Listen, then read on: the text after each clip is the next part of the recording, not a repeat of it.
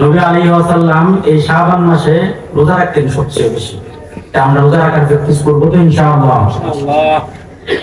2 number বুঝাইতে চাইলাম সারা রাত জাগ্রত থেকে ইবাদত করা, আল্লাহ তাআলার পায়ে সিজদা করা। সিজদা করলাম, নামাজ পড়লাম, বরকত দিল, কিন্তু গুনাহ তো ভিতরে রয়ে গেল। এটি ক্ষমা চাইবো কেমনে? এই পদ্ধতিটা বলে ইনশাআল্লাহ শেষ করে দেব। সূরা তাহরিম আয়াত 8 আল্লাহ বলেন, ইয়া আইয়ুহাল্লাযীনা আমানু তুবু ইলাল্লাহি তাওবাতান নাসুহা। আল্লাহ তাআলা ডাক দিয়া কয়, হে ঈমানদারের দল, তুমি তো পাহাড় সমান গুনাহ করেছো।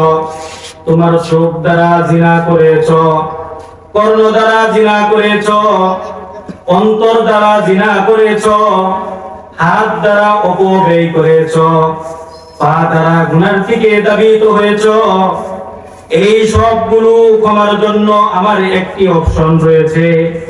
সেই অপশনটা হলো তুবু ইলাল্লাহ, আমার কাছে তওবা করো। কেমন তওবা? তাওবাতান নাসুহা, আমার কাছে খাঁটি তওবা করো। প্রশ্ন, আল্লাহ বললেন তওবা করার জন্য সবকিছু চাইতে অপশন ওকে করার জন্য তওবা, তওবার অপশন ওকে করার জন্য বললেন, কিন্তু এর দ্বারা ফায়দা কি, লাভ কি? আল্লাহ বলেন আমার জান্নাতে ঢুকতে হইলে গুনাহ মুক্ত ঢুকতে হবে। আর আল্লাহ বলেন আসা রাব্বুকুম আইয়ুকাফিরু আনকুম সাইয়্যাতিকুম ওয়া ইউদখিলকুম জান্নাত। আশা করা যায় তোমাদের সমস্ত গুনাহ খাতা maaf করে আমি আল্লাহ তাআলা জান্নাতে ঢুকাইয়া দিব। নবী আলাইহিস ওয়াসাল্লাম সুনান ইবনে মাজাহ হাদিস 4250 নম্বর হাদিস, নবী আলাইহিস ওয়াসাল্লাম বলেন, আত্তাইবু মিনাজ যামবি কামান লা যামবা লা। যদি কোনো ব্যক্তি তওবা করে সে কেমন জানি এমন হয়ে যায় তার কোনো গুনাহ নাই। বলেন সুবহানাল্লাহ। নবী আলাইহিস ওয়াসাল্লাম বলেন সুনান ইবনে মাজাহ 4251 নম্বর হাদিসের বর্ণনায় নবী আলাইহিস ওয়াসাল্লাম ঘোষণা দেয়, কুল্লু বানি আদম খাত্তাউন ওয়া খায়রুল খাত্তাইন আত-তাওয়াবুন। নবী ঘোষণা দেয় বাবা আদম আলাইহিস ওয়াসাল্লামের প্রত্যেক সন্তান পাপী, একজনও পাপী নয়, সকলেই পাপী। পাপীদের মাঝে তারাই শ্রেষ্ঠ, তারাই দামি যারা রব্বে কারীমের কাছে তওবা করে। বলেন সুবহানাল্লাহ।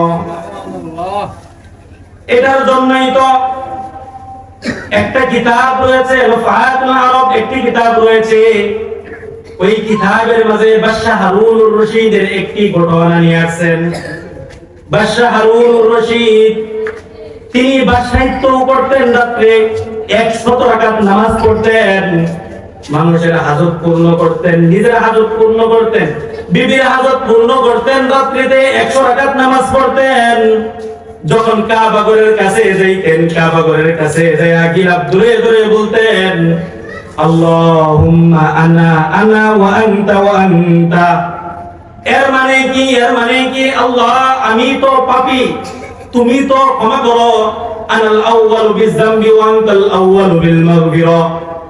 আমি তো বারবার পাপ করি, আর তুমি তো বারবার ক্ষমা করতে আমাদেরকে ভালোবাসো। বলেন সুবহানাল্লাহ।